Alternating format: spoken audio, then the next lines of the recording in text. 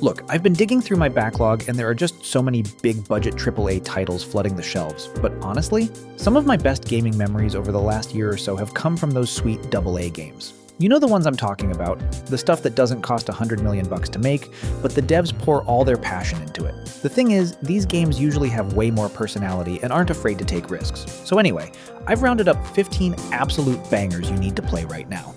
We're talking about everything from terrifying horror games to ninja action, and even an octopus platformer. Yeah, you heard that right. Let's get into it. Darwin's Paradox. Let's kick things off with something totally wild with Darwin's Paradox. This is from some devs who used to work at Arcane Studios, so you know the vibes are going to be weird in the best way. You play as a freaking octopus who gets pulled out of the ocean and trapped inside this massive, mysterious food factory. The plot is basically you using your tentacles to stealth your way past all these alien invaders to escape back to the sea. It's like, you ever just want to be a sticky, 8-legged ninja? Well, me too. You can squeeze through vents, shoot ink to blind enemies, and even mimic your surroundings to hide. Look, AA games are all about unique mechanics, and this one just screams creative chaos. Plus, it's published by Konami, which is a solid stamp of approval in my book. Not gonna lie though, the combat might get a little messy, but who cares when you're a cephalopod? This thing is shaping up to be a certified hidden gem. Either way, just picture the POV. You're a genius octopus with a dream. That's the hook, and I'm totally in. So yeah, go grab this tentacle adventure. Monster Hunter Stories 3: Twisted Reflection. This is another game that completely caught me off guard. The mainline Monster Hunter games are huge budget affairs, but this spin-off series is way more chill and stylized. Basically, two nations are on the brink of destruction because of this weird crystal disease spreading everywhere. From a prophecy egg hatches twin Rathalos, which are basically the franchise's mascot dragons tied to an ancient war. Instead of hunting monsters to make bigger pants, you actually befriend them and battle alongside them like a way cooler version of Pokemon. The twist here is that you can restore habitats and bring monsters back to areas they've vanished from. And get this, the cel-shaded art style makes everything pop like a Saturday morning cartoon. For real, it scratches that itch for a deep RPG without demanding 200 hours of your life. The monster collecting loop is just so satisfying. Seriously though, this low-key feels like the hidden gem of the year for anyone tired of grinding. Ninja Gaiden Ragebound.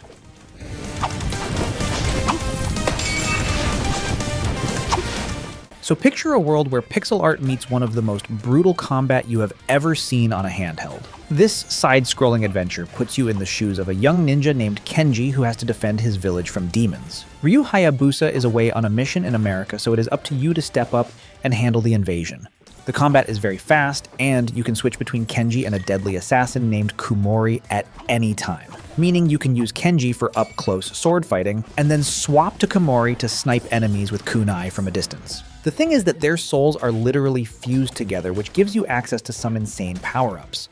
You can summon giant spider weapons and use ninja magic to wipe out entire screens of monsters. Also though, the platforming is very technical because you have to use a move to bounce off projectiles. What's wild is how the game rewards you for being aggressive by giving you a hypercharged state that one-shots most mobs. Look, you will be exploring branching paths that lead to secret dimensions full of even tougher challenges. The truth is that the boss fights are some of the most creative encounters in the entire series. On top of that, the animations are incredibly smooth and make every slash feel like it has real weight. And believe it or not, the story is actually pretty engaging as you try to stop the Demon Lord from crossing over. You will need to master the parry timing if you want to get a high rank on the harder difficulty levels. In other words, this is a love letter to the classic NES titles, but with the depth of a modern fighter.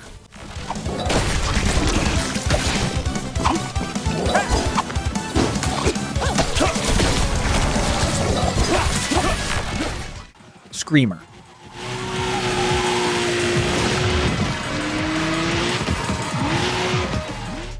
Screamer is a name I haven't heard in forever, but Milestone is bringing this arcade racer back in the wildest way possible. The plot is barely there, but basically you are an underground racer trying to win a tournament that kills the last place driver each race. So the stakes are high from the first turn. The cars handle like they are on ice, and one wrong tap sends you spinning. The tracks are narrow city streets with blind corners and traffic that moves unpredictably. Plus, the game has a rewind feature, but it only works twice per race. Use it on a small crash, and you might regret it later. The visual style is synthwave neon everywhere. Your car has a glowing underglow that changes color based on your speed, And the electronic soundtrack are original from underground artists. And honestly, this could be one of the hardest racing game I have played in years. But winning a race feels incredible because you earned it. Honestly though, racing games have felt a bit stagnant lately, so this chaotic energy is exactly what I wanted. It's not a sim racer by any stretch, it's purely arcade fun. Just saying, if you loved Wipeout back in the day, this is going to scratch that itch. The way the cars handle looks like it has a high skill ceiling too. Either way, Screamer is already out on PC, PS5, and Xbox Series. Cthulhu, the Cosmic Abyss.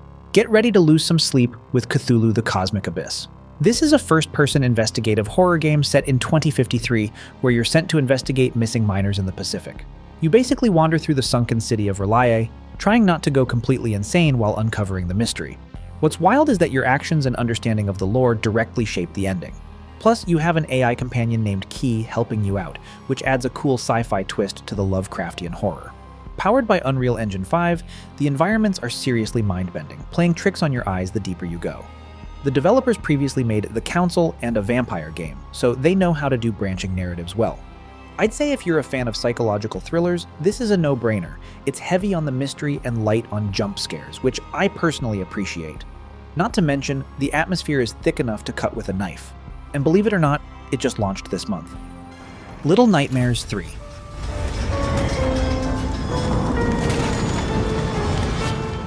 This next entry proves that teamwork makes the dream work. Stepping back into the world of the nowhere feels like a nightmare you never really want to wake up from. This time around, you are controlling two new kids named Lo and Alone as they try to escape a massive desert factory. One of you carries a bow, while the other uses a massive wrench to solve puzzles and fend off threats. The thing is that you can play this with a friend online, or have an AI partner help you out. You are trapped in a giant desert city called the Necropolis, where everything is built to be way too big. What is wild is the way the scale of the environment makes you feel completely helpless against the shadows. Honestly though, the puzzle design is much more complex this time because both players have to coordinate their actions. You might have to distract a giant baby while your partner sneaks behind it to pull a silver lever. And believe it or not, the game manages to be scary without using a single jump scare. So then you will find yourself holding your breath as you crouch through a room full of broken dolls. The atmosphere is thick with dread, and the sound design will have you jumping at every little creak. On top of that, the new tools give you more ways to interact with the world than before. You are basically trying to escape the spiral while avoiding a bunch of twisted monsters that want to catch you. Still, the core of the game is still about clever platforming and staying out of sight at all costs. Long story short, this is a perfect evolution of the series that shows two heads are better than one. You will definitely want to leave the lights on for this session. Reanimal.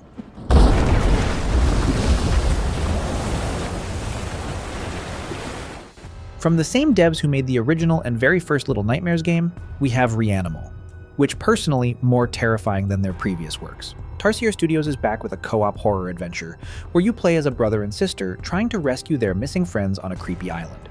And the character designs are the stuff of actual nightmares and will definitely give you the creeps. The camera angles are used perfectly to make you feel small and vulnerable in this massive dark world. But then you get into the co-op mechanics and realize how much fun it is to be scared with a friend.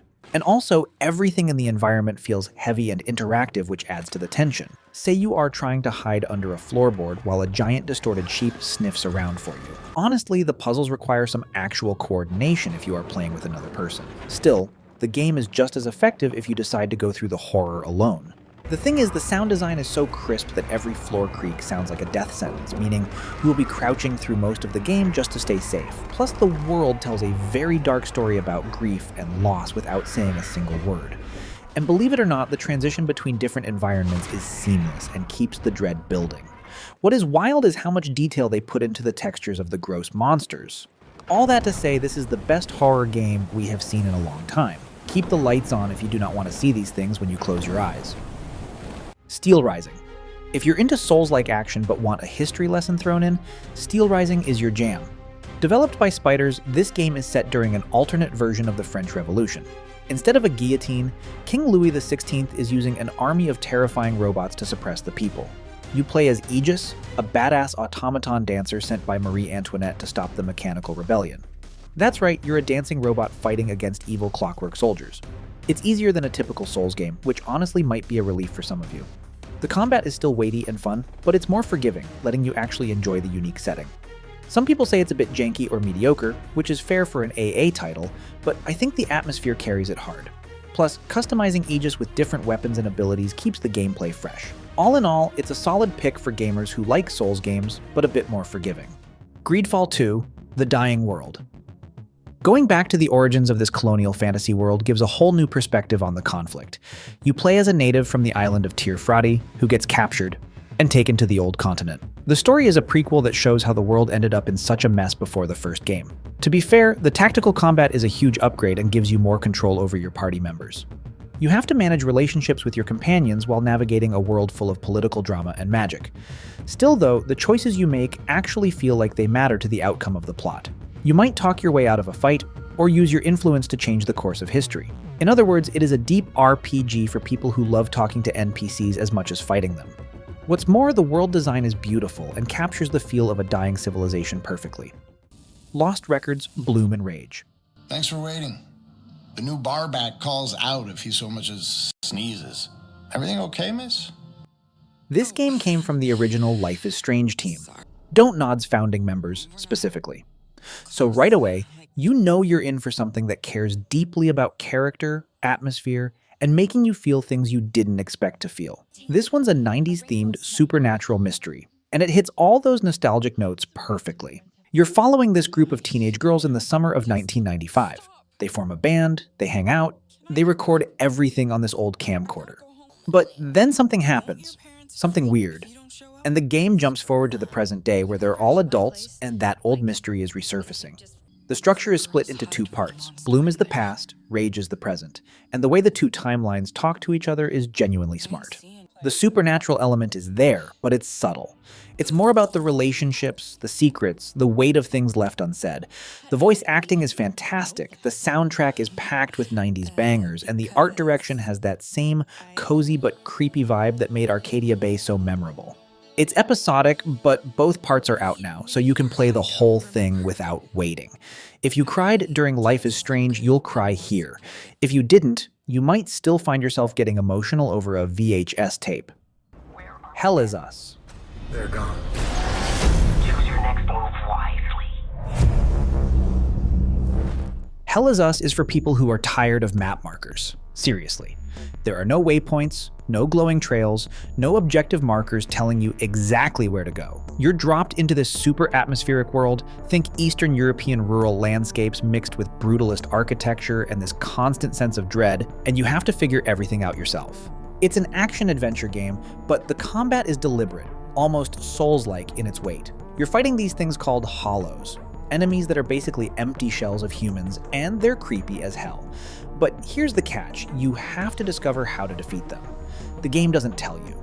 You find notes, you observe their behavior, you experiment with your tools. It's a game about exploration in the truest sense. The vibe is what really sells it. There's this constant fog, this oppressive silence broken only by strange sounds in the distance. You never feel safe. Even when you're not in combat, there's this tension, this feeling that something is watching you. The developers call it non-narrative immersion, which is a fancy way of saying they want you to feel lost and scared and curious all at once. It's not for everyone. If you need direction, if you get frustrated easily, this might not be your thing. But if you're the type of player who loves discovering things on your own, who hates when games hold your hand, who wants to feel like you're actually exploring an unknown place instead of following a GPS, Hell is Us is a gift. Alright, grab a friend because Split Fiction is an absolute riot. Co-op gaming reached its peak with the team that gave us the best split-screen adventures ever. This title is all about two people working together to solve a story that is literally split down the middle. You and your partner play as two characters who see the world in completely different ways. Imagine one person seeing a bright fantasy world while the other sees a gritty sci-fi one at the same time. You have to share information and use your unique abilities to help each other progress through levels. And get this, the gameplay mechanics change constantly so you never get bored with the same tasks. One minute you are playing a racing game, and the next you are in a top-down shooter. The best part is you can only play this with another person, which makes it a great social experience. So yeah, that's how the developers keep pushing the boundaries of what co-op games can do. Now, this game sold like crazy and has been praised as one of the best co-op games ever made. Seriously, if you have a friend to play with, this is non-negotiable. My only complaint is that my friends are never online when I need them. Even so, the split-screen chaos is worth the price of admission alone. Banishers, Ghosts of New Eden. This game is Don't Nod doing what they do best, but with way more action this time.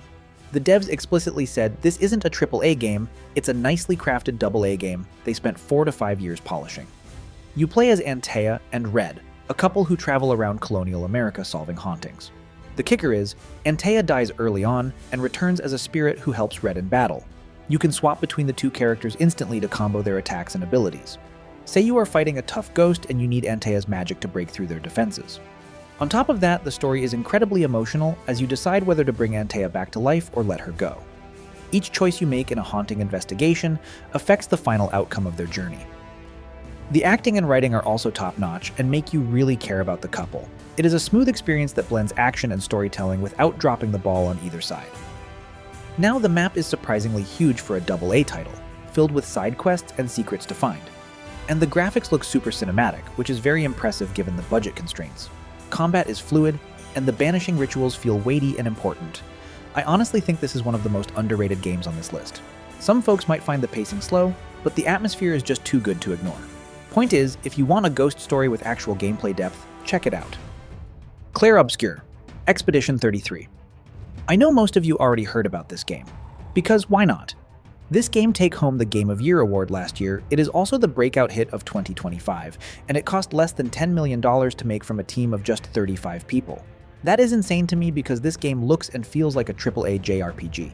The plot revolves around the Paintress, a godlike being who paints a number on a monolith every year, and everyone that age turns to dust. You are part of Expedition 33, the last group of people fighting back before they hit the age limit. It's turn-based combat with real-time dodging and parrying, making every battle feel tense and reactive. The Belle Epoque France setting is gorgeous and unique, not your typical fantasy backdrop. Honestly, this game came out of nowhere and stole my heart. If you're a fan of Final Fantasy or Persona, you need to play this immediately. It's proof that you don't need a crazy budget to make something special. And yeah, it's on Game Pass, so no excuses. A Plague Tale series. Last but certainly not least, the entire A Plague Tale series deserves a spot here, especially Requiem. Asobo Studio built these games on a modest AA budget with a team of around 70 people, but the production value looks massive. The story follows siblings Amicia and Hugo as they struggle to survive a brutal rat-infested plague in medieval France. The bond between the brother and sister is the emotional heart of everything, and their voice acting is phenomenal. What really stands out is the unique rat swarm mechanics, where you use light and fire to navigate through literal oceans of rats. The sequel, Requiem, expands the scope hugely with bigger environments and deeper stealth gameplay. It's heartbreaking, beautiful, and terrifying all at once. I'm not gonna lie, I cried at the ending, and I'm not ashamed to admit it. This is easily the best narrative-driven action-adventure you'll find at this budget level. For real, if you haven't played these yet, do yourself a favor and grab the bundle. Safe to say, AA games are absolutely killing it right now. And there you have it, folks. That's 15 AA games that are way more exciting than half the bloated AAA stuff coming out these days. Let me know in the comments which one you're adding to your cart first. Until next time, stay safe and keep your frames high.